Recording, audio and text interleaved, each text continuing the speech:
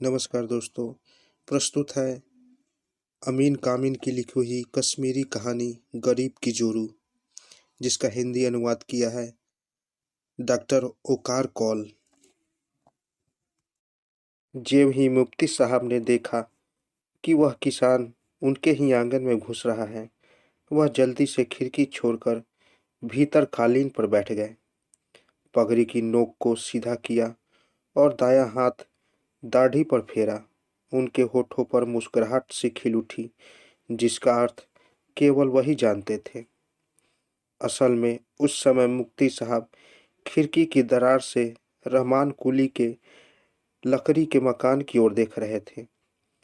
वहां दलान पर कोई स्त्री उनकी ओर पीठ किए हुए बैठी थी और मुफ्ती साहब इस सोच में थे कि वह रहमान कुली की पत्नी है या भाभी।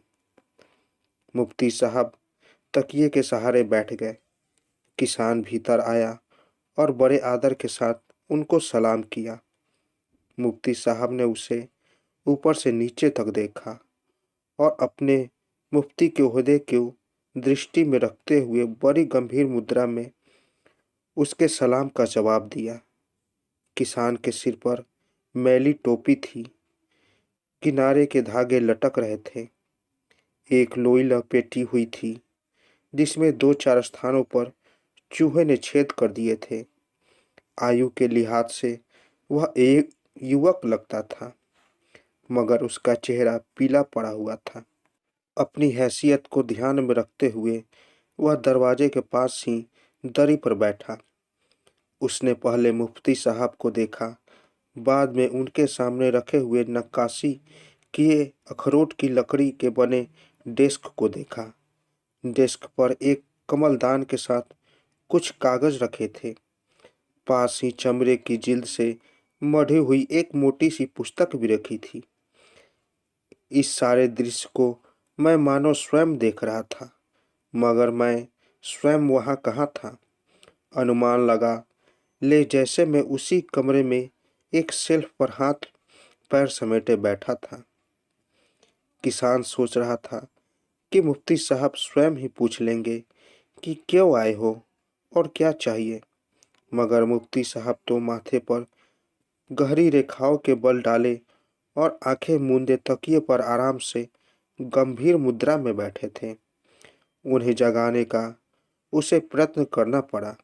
हजरत, किसान ने डरते हुए मुंह खोला। मैं शरई मशवरा लेने आया हूँ। मुफ्ती साहब ने आंखें मीचे ही सिर में हामी भरी। किसान ने समझा कि ये ऐसे ही शरण में आए हैं, व्यक्तियों की बातें सुनते होंगे। वह इससे पहले कभी भी इनके पास नहीं आया था। उसने समस्या बताई। हजरत, आज से 4 वर्ष पहले मैंने विवाह किया था। मेरी पत्नी मेरे साथ बहुत अच्छी तरह से रहती थी। लहू पसीना एक करके मैं उसको पालता था। सोचता था कि वह उम्र भर मेरा साथ देगी। जनाब, पत्नी के बिना आदमी की जिंदगी ही क्या है। यह कहते हुए लोई के भीतर ही वह अपने हाथ से अपनी पीठ खुजलाने लगा। मुफ्ती साहब जैसे गहरी नींद से जाग उठे और आंखें चमकाते हुए पूछा, तुमने अपनी पत्नी का क्या नाम बताया?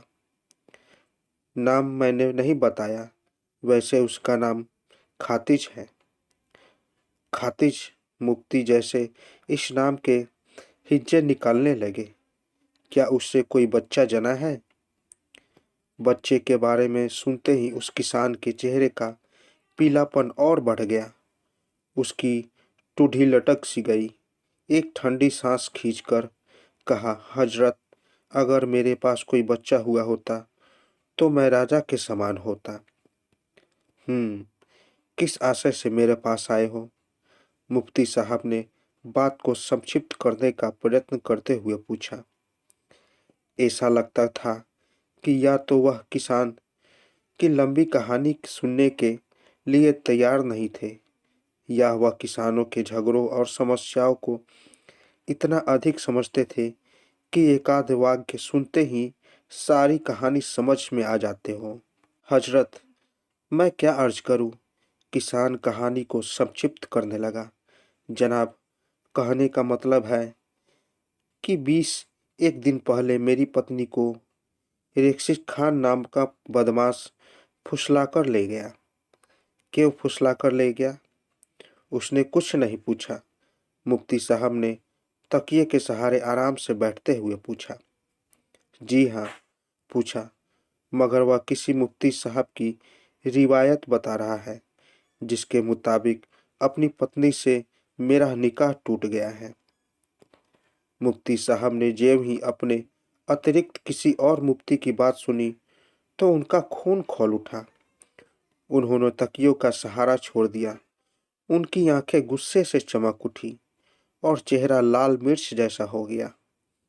वह बोले, तुम्हें अपने अधिकार के लिए लड़ना चाहिए। सुनते हो, पत्नी तुम्हारी है, उस पर तुम्हारे अतिरिक्त किसी और का अधिकार नहीं है। असल में जब तक शरअ की सीमा तय नहीं होती, वह बदमाश और उसके संरक्षक मुफ्ती ऐसे ही गरीबों की पत्नियों को हड़पने की ताक में रहेंगे। मुफ्ती साहब यह सब एक सांस में ही बोल गए। मुफ्ती साहब की बात सुनकर किसान की जान में जान आई। वह इतना प्रसन्न हुआ जैसे मुफ्ती साहब के तकिए के सहारे बैठने से उसको अपनी पत्नी पुनः प्राप्त हो गई हो। उसने जाने की तैयारी की तो मुफ्ती साहब ने कहा, अरे मुस्टंडे, मशवरा देने का खर्चा ही दे दो। मैं मांगता तो नहीं क्योंकि तुम गरीब हो, मगर एक कानून की किताब खरीदनी है। तुम ही लोगों को शरअ के कानून बताने के काम आती है।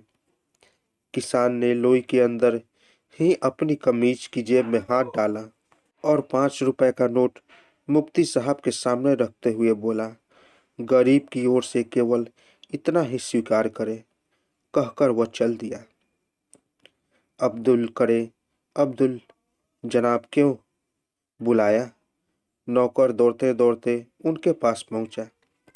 मैंने कहा, यह 5 रुपए का नोट ले लो, जरा देखाओ वह रमान कुली की बीवी है या उसकी भाभी।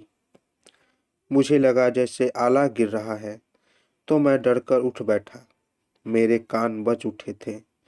जब मुझे पूरी तरह होश आया तो मुझे याद आया कि मैं नामदार होटल में बुखारी के पास गर्मी सेकने के लिए घुस आया था और मुझे कुर्सी पर ही झपकी सी आ गई थी।